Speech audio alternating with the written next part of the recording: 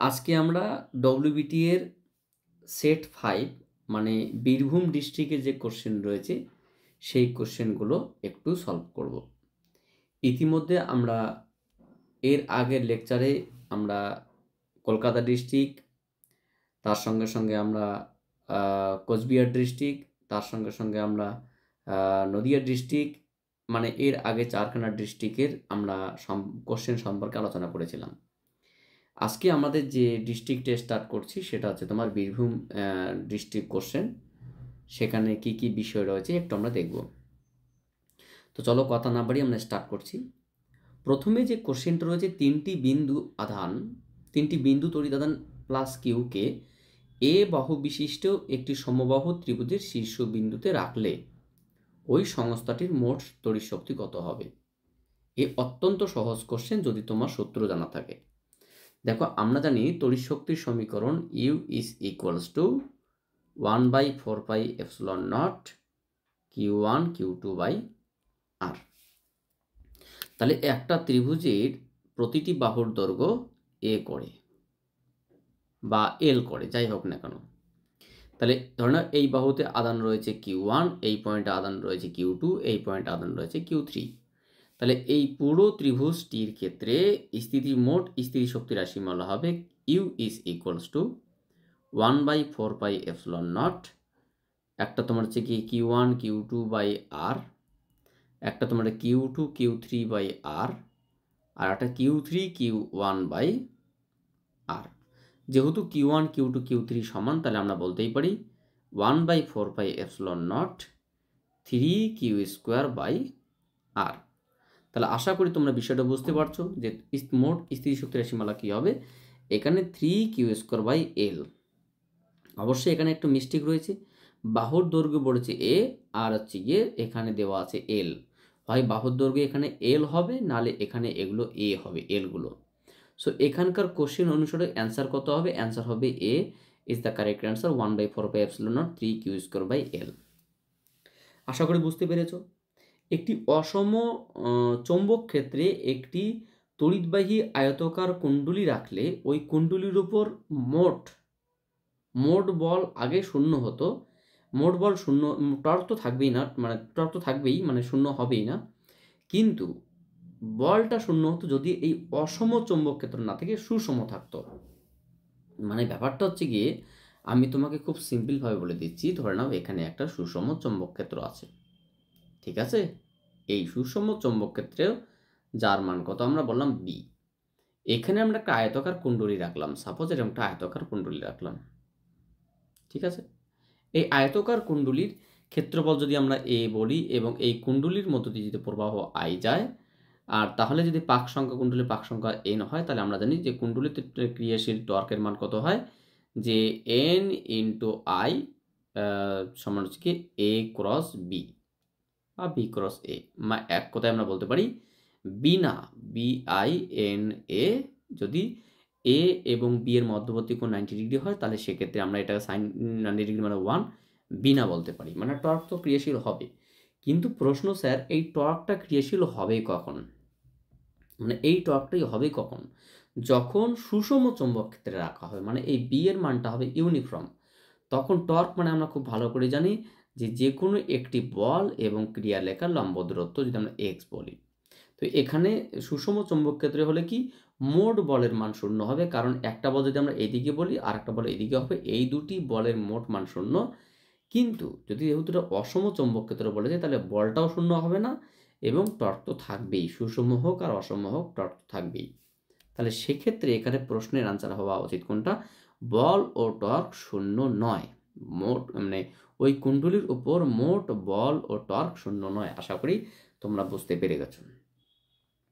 পরবর্তী কোশ্চেন যেটা রয়েছে সেটা আমরা একটু দেখব, স্ক্রিনে আমি তোমাদের নিয়ে আসলাম। হ্যাঁ, পরবর্তী কোশ্চেন খুবই সহজ। বলছে 25 ওয়াট 220 ভোল্ট এবং 100 ওয়াট 220 ভোল্টের দুটি বাতিকে 440 ভোল্ট উৎসের সঙ্গে শ্রেণীতে সংযোগযুক্ত করলে কোন বাতিটি জ্বলে যাবে? একদম খুব সিম্পলভাবে বোঝার চেষ্টা করো।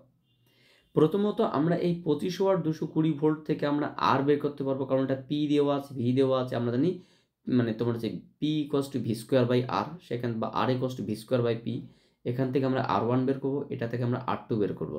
দুটো বাতিকে যদি শ্রেণীতে যুক্ত করেছে তার মানে কি R1 এবং R2কে আমরা একই লাইনে রাখবো, তাহলে তুল্য রোধ পেয়ে যাব। তুল্য রোধ এবং এখানকার ভি দেওয়া আছে, মানে এই উৎসের সঙ্গে যুক্ত করব, মানে 440 বাই তুল্য রোধ বসালে আমরা বর্তনীর প্রবাহ পাবো। সেই প্রবাহ যখন আমি এই বাতির মধ্যে পাঠাবো নতুবা এই বাতির মধ্যে পাঠাবো, পাঠানোর পরে ওই প্রবাহের সাপেক্ষে এই ভোল্টেজ অ্যাপ্লাই করে দেখব, মানে মানে যে পাওয়ার দুটো পাবো আমরা নতুন করে ওই প্রবাহের দরুন, সেই পাওয়ারটা যদি এদের মধ্যে, যদি পাওয়ারটা এদের 25 ওয়াট এবং 100 ওয়াটের থেকে বেশি হয় তবে দুটোই গলে যাবে। যদি মানে 25 ওয়াট এবং 100 ওয়াটের কম হয় তাহলে মানে একটাও গলবে না। যদি 25 ওয়াটের বেশি হয় 100 ওয়াটের থেকে তোমার হচ্ছে গিয়ে কম হয় তাহলে 25 ওয়াটটা গলবে। আর যদি তোমার হচ্ছে গিয়ে আর অপশন নেই, মানে অর্থাৎ এখানে আমাদের ডিপেন্ড করছে ভ্যালুর উপর, অর্থাৎ আমাদের একটু কোশ্চেনটা সলভ করে দেখতে হবে। চলো আমরা একটা চেক করে দেখছি বিষয়টা কি আসে। বিষয়টা হচ্ছে খুব সিম্পল। দেখো আমি প্রথম বাতির ক্ষেত্রে বলছি কত আছে না 25 ওয়াট, 220 ভোল্টের রেটিং ছিল। তাহলে এখান থেকে আমি R1 বলতে পারি। আর একটা কত রেটিং ছিল না 100 ওয়াট 220 ভোল্ট। তাহলে আমি এক কাজ করি, তোমাদের এখান থেকে আমি তোমাদের আগে কি বলে তুল্য রোধটা বের করছি। R equals to R1 plus R2, যেহেতু R সমান সমান ভি স্কোয়ার বাই পি, মানে v square equals to V square by P1 plus v square by P2, মানে 220 ইন্টু 220 মানে 220 square by 25 plus 220 square by 100। এটা করলে আমরা যেটা পাবো, এটা করলে আমরা এখানে যে জিনিসটা পাবো সেটা দেখে নিচ্ছি। তোমার হচ্ছে গিয়ে 220 square by 25 plus 220 square by 100, মানে 2420 পেলাম। ঠিক আছে, 2420 কতর সঙ্গে যুক্ত করতে হবে আমরা 440 ভোল্ট, 440 বাই 2420 মানে 2/11। আমি যেটা জিনিস এখানে বলতে চাইছি তোমাদের যে এটা মানে কত পেলাম 2420 ওহম। এবার দেখো এই যে দুটো বাতি আমরা শ্রেণীর সঙ্গে যুক্ত করলাম, এখানে একটা বাতি এখানে একটা বাতি, কার সঙ্গে যুক্ত করা হলো না 440 ভোল্টের সঙ্গে। ফলে আমি যে বর্তনীর তুল্য প্রবাহ মাত্রা পাবো কত 440 বাই 2 মানে 2420, যেটা আমরা এক্ষুনি ক্যালকুলেশন করে দেখলাম কত 2/11 অ্যাম্পিয়ার। এবার একদম খুব সহজ একটা বিষয়, এই 2/11 যে পার্টটা রয়েছে, হ্যাঁ এই 2/11 তোমার হচ্ছে যে পার্টটা রয়েছে সেটা তোমার হচ্ছে কি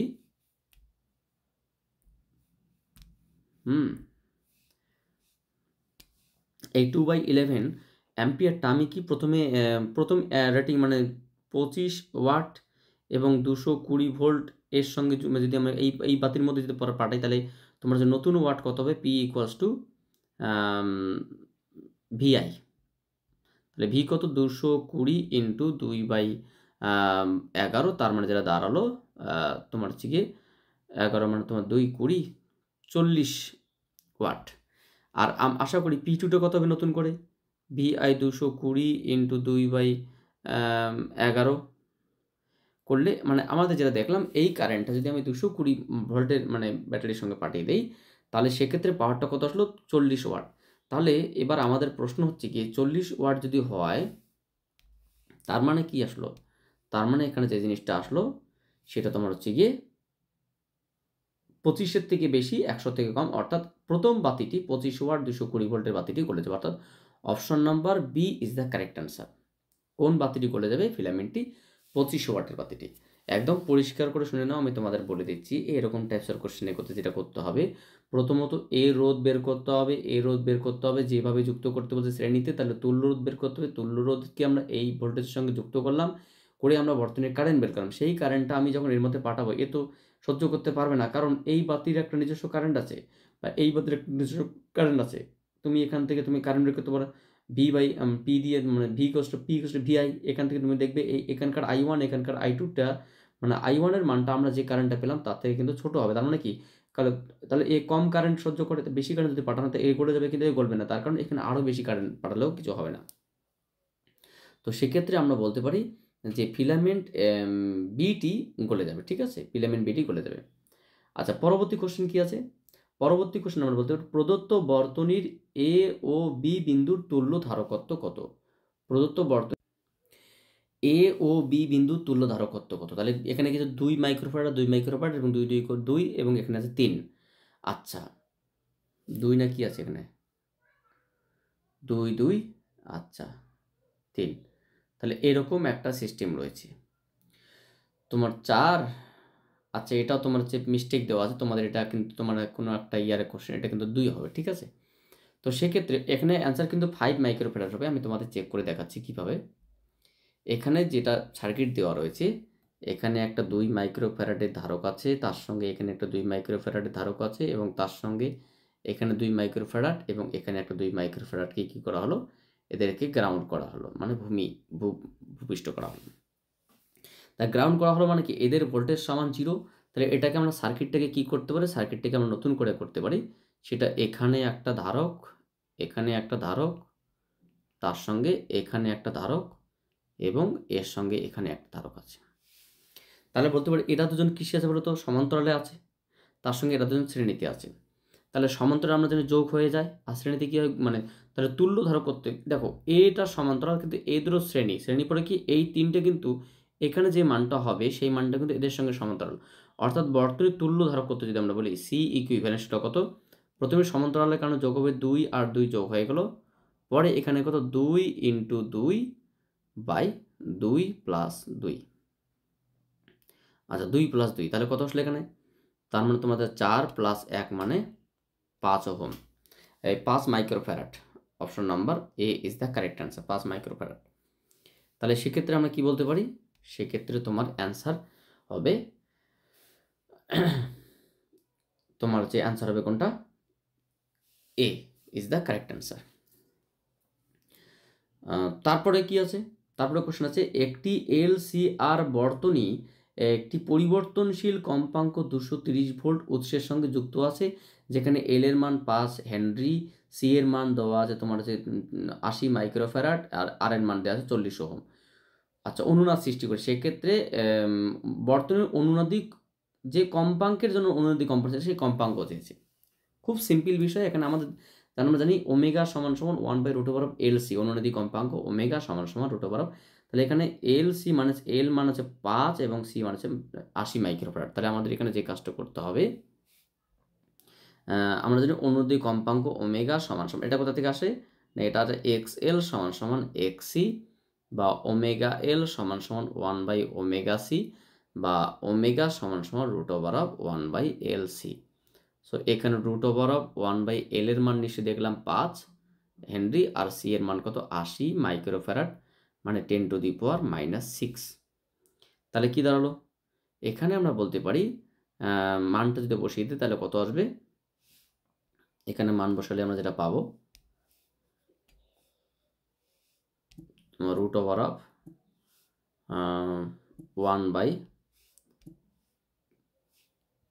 × 80 10⁻⁻6 50, অর্থাৎ 50 মানে রেড পার সেকেন্ড। কত অ্যান্সার আসবে 50 রেডিয়ান পার সেকেন্ড। এটা কি অপশন আছে, তাহলে আমাদের দেখতে হবে এটা অপশন আছে কি নেই। অবশ্যই এখানে রয়েছে option number A is the correct answer, 50 radian per second. অর্থাৎ এলসিআর বর্তনীর পরিবর্তনশীল কম্পাঙ্ক এত সঙ্গে যুক্ত করে, এগুলো আমার জানার দরকার নেই। যে কম্পাঙ্কের জন্য বর্তনীতে অনুনাদ সৃষ্টি করে, অর্থাৎ ওমেগা সমান সমান 1/√LC, এল এবং সি এর মান বসলে আমরা দেখলাম কত 50 radian per second. Option number A is the correct answer. পরবর্তী কোশ্চেনটা খুব সুন্দর, একটি তিরস্ চৌম্বক পদার্থের চৌম্বক প্রবণতা কত? দেখো আমি এখানে এমনি বলে দিতে পারি, যেটা 0 থেকে কম মানে ঋণাত্মক কিন্তু 1-এর কাছাকাছি, মানে 0 থেকে খুব খুব বেশি নয়, মানে 0 থেকে কম মানে 0 অপেক্ষা কম, মানে অপশন নাম্বার বি হবে। কেন, আমি তোমাকে একটা জিনিস বলছি এখানে, যে আমরা জানি কি বলতো, চৌম্বক প্রবণতা সমান সমান আপেক্ষিক চৌম্বক ভেদ্যতা -1। এবার এখান থেকে 3 রকমের চৌম্বক আমরা জানি, ক রকমের না, অয়স্চৌম্বক ফেরোম্যাগনেটিক ম্যাটেরিয়ালসের ক্ষেত্রে আমরা জানি, ফেরোম্যাগনেটিক ম্যাটেরিয়ালসের ক্ষেত্রে কি μr এর মান 1-এর থেকে বহুগুণ বেশি হয়। তাহলে কে এর মানটা নিশ্চয়ই 1-এর থেকে অনেক বেশি হবে। এবার তোমার হচ্ছে গিয়ে প্যারাম্যাগনেটিক ম্যাটেরিয়ালসের ক্ষেত্রে প্যারাম্যাগনেটিক ম্যাটেরিয়ালসের ক্ষেত্রে কী হবে না, প্যারাম্যাগনেটিক ম্যাটেরিয়ালসের ক্ষেত্রে মিউ আর এর মান 1-এর থেকে সামান্য বেশি, মানে 1.000023 মানে কিছু একটা আমরা সামান্য বেশি, কিন্তু খুব বেশি হয় না। তাহলে আমরা বলতেই পারি যে চৌম্বক প্রবণতার মান কিন্তু নিয়ার অ্যাবাউট 0-র কাছাকাছি হয়, 0-র কাছাকাছি মানে এরকম কিছু একটা, মানে 0-র কাছাকাছি।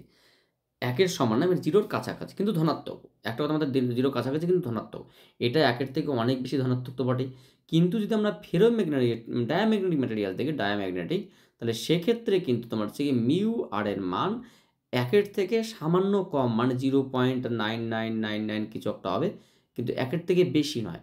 তাহলে এখানে কে এর মান কত হবে? কে এর মান আমরা এখানে বসালে দেখতে পারবো যে মানে ঋণাত্মক আসবে, সেটা 0-র কাছাকাছি বটে, 0-র কাছাকাছি কিন্তু ঋণাত্মক, অর্থাৎ আমরা বলতে পারি 0-র থেকে কম।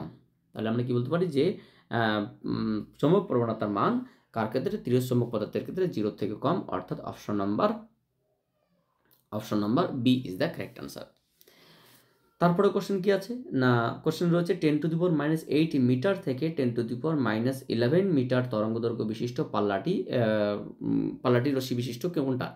দেখো আমরা অ্যান্সার সি হবে এক্স রশ্মি। কিন্তু কি আমাদের জাস্ট এর সঙ্গে একটা জিনিস মনে রাখা উচিত, যে আমি মনে করি যে ভিজিবল রে যদি আমরা বলি, ভিজিবল রের ক্ষেত্রে মানে তরঙ্গদৈর্ঘ্য পাল্লা কত না 4 10⁻⁷ মিটার থেকে 7 10⁻⁷ মিটার পর্যন্ত, এটা ভিজিবল রে। তার সঙ্গে কি আলট্রাভায়োলেট রে যদি আমরা দেখি, আলট্রাভায়োলেট, তাহলে আলট্রাভায়োলেট রের ক্ষেত্রে কী হবে না, তরঙ্গদৈর্ঘ্যের পাল্লা হয় তোমার 4 10⁻⁷ মিটার থেকে 6 10⁻⁸ মিটার পর্যন্ত। আমরা যদি এক্স রে দেখি, এক্স যেটা আমাদের আলোচনার বিষয়, এক্স রশ্মি তরঙ্গদৈর্ঘ্যের পাল্লা কত? 10⁻⁸ মিটার টু 10⁻⁻11 মিটার। আমরা যদি গামা রশ্মি দেখি, গামা রশ্মি তরঙ্গদৈর্ঘ্যের পাল্লা কত? 10⁻⁻11 মিটার বা তার কম হয়। তাহলে এখানে দেখো পরিষ্কার করে বলা আছে যে 10⁻⁸ থেকে 10⁻11 মিটার তরঙ্গদৈর্ঘ্যের পাল্লা কোন তরঙ্গটি হবে? অবশ্যই এক্স রে। তোমরা বিভিন্ন বই দেখতে পারো, কোনো সমস্যার কারণ নেই। অর্থাৎ অ্যান্সার হবে এখানে তোমার সি, এক্স রশ্মি ইজ দ্য কারেক্ট অ্যান্সার। ভৌম দূরবীক্ষণের ক্ষেত্রে ভৌম দূরবীক্ষণের ক্ষেত্রে নলের দৈর্ঘ্য কোনটি হবে? যেখানে অবিলক্ষের ফোকাস, অভিনেত্রের ফোকাস, সমশীর্ষকারী লেন্সের দৈর্ঘ্য ডি, স্পষ্ট দর্শন ন্যূনতম দূরত্ব। দেখো আমি তোমাদের এখানে পরিষ্কার করে বলি, এখানে যদি বলতো একটা জিনিস তোমাদের বলা উচিত ছিল যে নববীক্ষণের ক্ষেত্রে স্পষ্ট দর্শনের মানে কোনো একটা বস্তুর যদি আমরা অস্পষ্ট প্রতিবিম্ব গঠন করি, মানে অস্পষ্ট বস্তুর অস্পষ্ট প্রতিবিম্ব গঠন করি, সেক্ষেত্রে নলের দৈর্ঘ্য তোমার হচ্ছে গিয়ে মানে অসীম বস্তুর প্রতিবিম্ব যদি আমরা অসীমে গঠন করি, দেখুন 4 ধরনের অসীমে আছে, তাকে আমরা নববীক্ষণ দিয়ে ফোকাস করলাম এবং যে প্রতিবিম্বটা আমরা তৈরি করবো সেটাও কিন্তু তৈরি হবে অসীমে। তাহলে সেক্ষেত্রে নলের দৈর্ঘ্য কত হবে?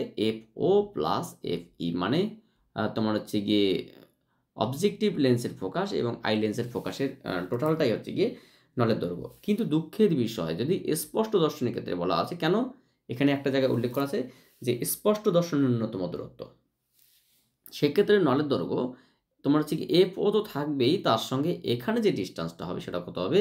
এখানে তোমার হবে, তুমি ক্যালকুলেশন করে দেখবে যে মানে স্পষ্ট দর্শনের ন্যূনতম দূরত্ব D প্লাস 1/FE, মানে আমি এটা ক্যালকুলেশন করছি না, ইনভার্স। এটা করলে যেটা আসবে FO plus FE plus D by FET, তার ইনভার্স।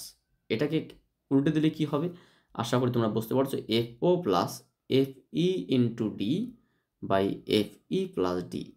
তার মানে এরকম অপশন নিশ্চয়ই এখানে আছে, সেটা হচ্ছে তোমার option number a is the correct answer. অর্থাৎ নলের ফোকাস দৈর্ঘ্য FO plus D into FE by D plus FE। এবার তোমার প্রশ্ন হচ্ছে স্যার আপনি এটা হট করে এইভাবে লিখলেন করে, আরে বাবা এটা বিশাল বড় একটা প্রমাণ, সেটা আমাদের ছবি এঁকে সুন্দর করে ড্র করে এটা আমরা ফাইনালি লিখতে পারি। আমি কি বললাম যে এই যে মানটা হবে FO প্লাস FE, এটাও হবে যদি এখানে লেখা থাকতো অস্পষ্ট বস্তুর অস্পষ্ট প্রতিবিম্ব গঠনের ক্ষেত্রে, বা এখানে এই F এবং D বলা না থাকতো, শুধুমাত্র মানে অভিলক্ষ এবং অভিনেত্রের ফোকাস থাকতো।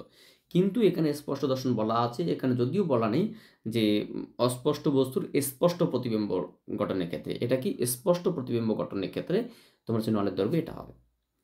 আচ্ছা, আরেকটা বিষয় ৯ নম্বর কোয়েশ্চেন যে আলোর সমবর্তনে কোনটি পরিবর্তন হয় না? পাতি কোয়েশ্চেন, এখানে কম্পাঙ্কের পরিবর্তন হয় না। শুধু সমবর্তনে আলোর তোমার হচ্ছে গিয়ে তোমার হচ্ছে আলোর প্রতিসরণের ক্ষেত্রেও কম্পাঙ্কের পরিবর্তন ঘটে না। কম্পাঙ্ক অপরিবর্তিত থাকে। পরবর্তী কি না ভি ভোল্ট বিভব ভি ভোল্ট বিভব প্রভেদের মধ্য দিয়ে গতিশীল একটি প্রোটনের তরঙ্গদৈর্ঘ্য ল্যাম্বডা যদি একই তরঙ্গদৈর্ঘ্য ল্যাম্বডা সম্পন্ন আলফা কণাকে ত্বরান্বিত করা হয় তবে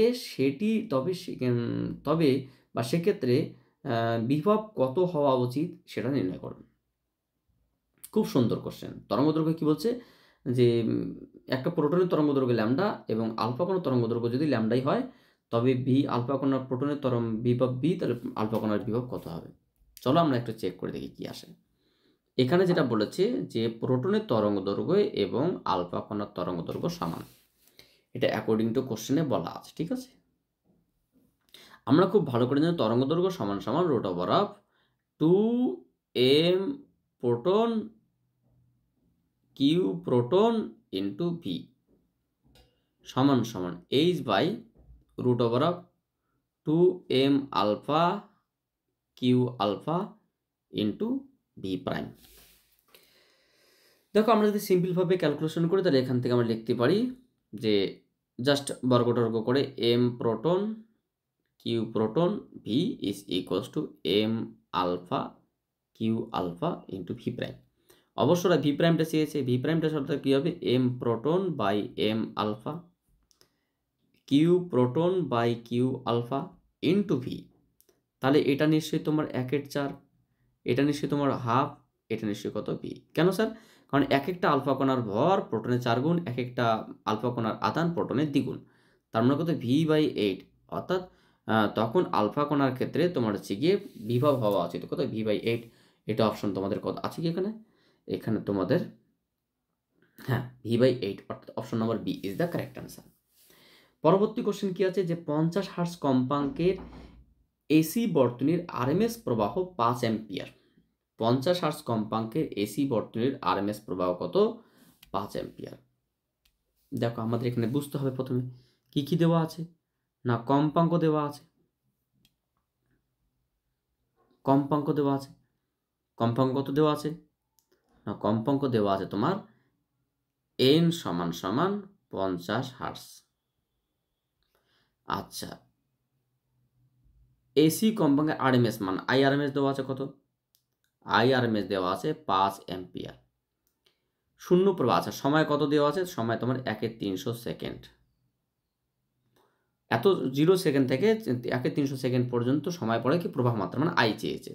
এখানে আমরা এক কাজ করতে পারি, এন দেওয়া আছে মানে আমরা ওমেগা বের করতে পারি। ওমেগা মানে 2πn, 2πn মানে 100 পাই। আচ্ছা, আর আরএমএস দেওয়া আছে মানে I0 কত? I0 সমান সমান আমরা জানি √2 ইন্টু আইআরএমএস। কেন? আমরা জানি আইআরএমএস সমান সমান I0 বাই √2 আইআরএমএস। তাহলে আইআরএমএস এর মান 5 দেওয়া যাবে 5√2, I0 সমান কত? 5√2। তাহলে সেক্ষেত্রে আমরা I0 পেয়ে গেলাম, ওমেগা পেয়ে গেলাম, টি পেয়ে গেলাম। সেক্ষেত্রে আমাদের কি চেয়েছে ওরা? যে প্রবাহের সমীকরণ। প্রবাহ মান কত? প্রবাহ I = I0 sin omega t. So কত হবে? I0 এর মান আমরা বললাম 5√2 sin 100 পাই ইন্টু 1/300, তার মানে যেটা দাঁড়ালো π/3 মানে 60 ডিগ্রি, sin 60 ডিগ্রি মানে √3/2, অর্থাৎ 5√2 ইন্টু √3/2, 2/√2/2 মানে 1/√2, তার মানে 5√3/√2, 5√3/√2 অ্যান্সার। তাহলে আমরা এখানে কি বলতে পারি? 5√2/√, আচ্ছা 5 ইন্টু √3/2, এটা আছে তোমার option number c is the correct answer. খুব সিম্পল বিষয়। এখানে কম্পাঙ্ক দেওয়া আছে মানে তোমাকে ওমেগা বের করতে হবে। এখানে টি দেওয়া আছে, ওমেগা ইন্টু টি দেওয়া আছে। এখানে আরএমএস দেওয়া আছে মানে I0 বের করতে হবে। তাহলে তোমাকে সমীকরণ বসিয়ে প্রবাহ মাত্রার মান কত হবে সেটা চেয়েছে। কোনো ধাতুপৃষ্ঠে একবর্ণী আলো আপতিত হওয়ায় নির্গত ইলেকট্রন সর্বোচ্চ গতিবেগ ভি হয়, তাহলে নিবৃত্তি বিভব কত হবে? এ তো পাতি জিনিস।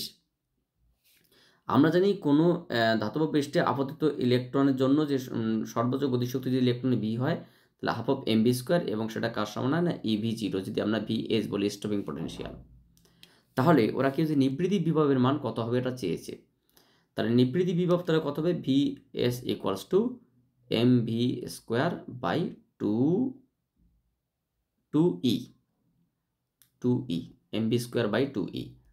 তাহলে এখানে কি আছে, M V square by two E, অর্থাৎ option number B is the correct answer. এখানে ভি এস এটা কিন্তু তোমার যে বেগ দেওয়া আছে, নিবৃত্তি বিভব বা ভি জিরো বা ভি এসটা হচ্ছে এসে স্টপিং পোটেনশিয়ালটা, মানে এক কথা half of m V square সমান সমান ই ভি জিরো সমান সমান ইটা নিচে ভাগ করলে, অর্থাৎ option b is the correct answer. তারপরে কোশ্চেন কি বলছে, যে অপদ্রব্য জার্মেনিয়ামের সঙ্গে যুক্ত হলে, যে অপদ্রব্য জার্মেনিয়ামের সঙ্গে যুক্ত করলে সেটি একটি এন টাইপ অর্ধপরিবাহী হয়। এন টাইপ মানে পঞ্চজাতি। পঞ্চজাতি মানে তোমার হচ্ছে গিয়ে আর্সেনিক ফসফরাস নিশ্চয়ই এখানে দেখো এই যে আর্সেনিক ফসফরাস। তাহলে এখানে option D is the correct answer. N type হোক, এন টাইপ অর্ধপরিবাহী তৈরি করার জন্য পঞ্চজাতি অপদ্রব্য মেশাতে হয়, পি টাইপ অর্ধপরিবাহী মেশানোর জন্য ত্রিজাতীয় মানে aluminium, boron etcetera. N type মানে আর্সেনিক মানে পঞ্চজাতি, তোমার হচ্ছে গিয়ে আর্সেনিক, ফসফরাস, তারপর হচ্ছে গিয়ে এক্সেট্রা, এগুলো তোমার হচ্ছে গিয়ে পঞ্চজাতি, অর্থাৎ option D is the correct answer. তরঙ্গের মাধ্যমে দিগন্তের বাইরে সঞ্চারের জন্য নিচের কোন পাল্লা মানে কোন কম্পাঙ্ক উপযুক্ত? অবশ্যই মাঝারি কম্পাঙ্কের থেকে বেশি, বাট উচ্চ কম্পাঙ্কের থেকে কম। মানে আমরা বলতে পারি নবতরঙ্গের সঞ্চারের ক্ষেত্রে আমাদের যে কম্পাঙ্কের পাল্লা দরকার সেটা 3 মেগাহার্টজ থেকে 30 মেগাহার্টজ। তো 3 মেগাহার্টজ থেকে 30 মেগাহার্টজ কোনটা আছে এখানে?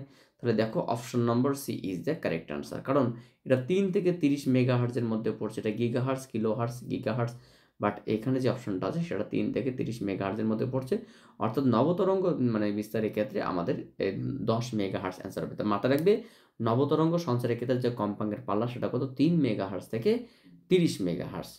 সো যাই হোক, আমরা ভিডিওর লেন্থ বৃদ্ধি করছি না, পরবর্তী লেকচারে আমরা পরবর্তী যে একটা সেট রয়েছে সেটাকে আমরা নিয়ে আসবো।